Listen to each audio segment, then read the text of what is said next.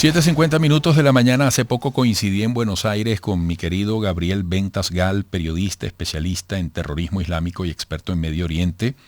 Se formó en Ciencias Políticas y Relaciones Internacionales en la Universidad Hebrea de Jerusalén. Cubrió para varias agencias de noticias europeas los conflictos en el Medio Oriente. Y nos vimos en Buenos Aires a propósito del Congreso Judío Latinoamericano. Qué bueno poder volver a conversar, Gabriel. Buenos días. ¿Cómo le va, Eduardo? Un gusto volver a verle. Bueno, ayúdanos a entender el escenario. Fíjate que hoy leo en Últimas Noticias, Israel sigue matando palestinos. 41 personas, entre ellas 15 niños, han muerto en Gaza en los últimos días por ataques israelíes, pese a que el Estado sionista firmó una tregua. ¿Hay un acuerdo de alto al fuego en Gaza?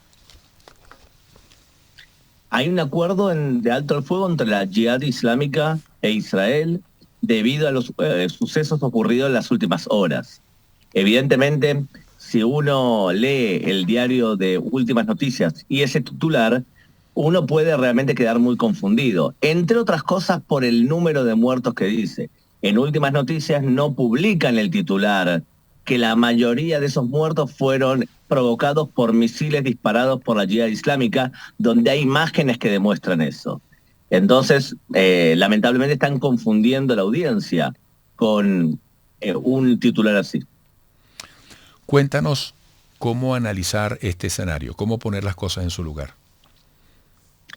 Mira, la Yihad Islámica compite por el poder dentro de la Franja de Gaza y en Cisjordania con otros dos movimientos. Uno, Hamas, que es el dueño de la Franja de Gaza hoy. El otro, la Autoridad Palestina, que son los que tienen más poder dentro de Cisjordania.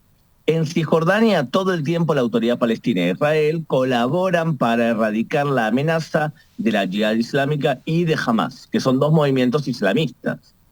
Pero dentro de la Franja de Gaza, compiten por el poder la Yihad Islámica y Hamas.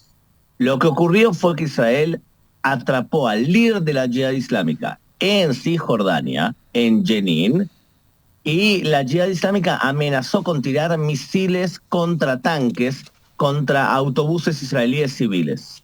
Eso provocó un ataque contra el liderazgo de la Yihad Islámica en la Franja de Gaza, y Hamas, que es la competencia, como te decía antes, no hizo absolutamente nada. O sea, no intervino para defender a la Yihad Islámica, sino que dejó que Israel los ataque y los debilitase.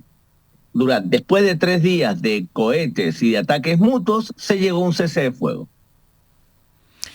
Más allá de la intermitencia de estos eventos, en perspectiva, ¿estamos ante una utopía a la hora de aspirar a la paz en la región, al entendimiento?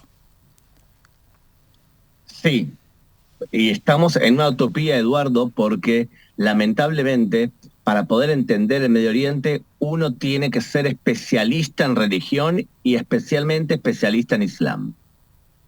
En general, en América Latina, personas que tienen poco conocimiento del Medio Oriente consideran que los conflictos son conflictos materiales, por tierras, por agua, por ocupación, que es lo que habitualmente te dicen en la prensa, o incluso algunos académicos.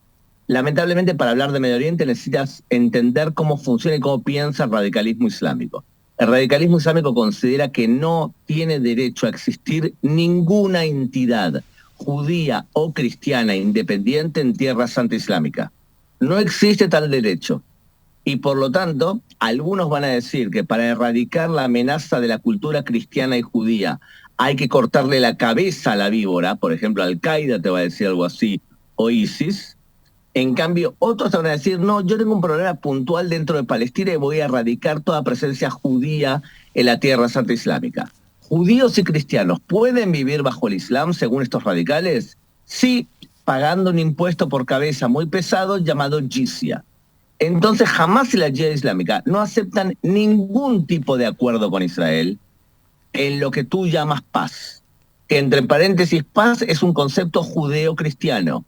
El concepto de paz dentro del Islam tradicional es dentro del Islam.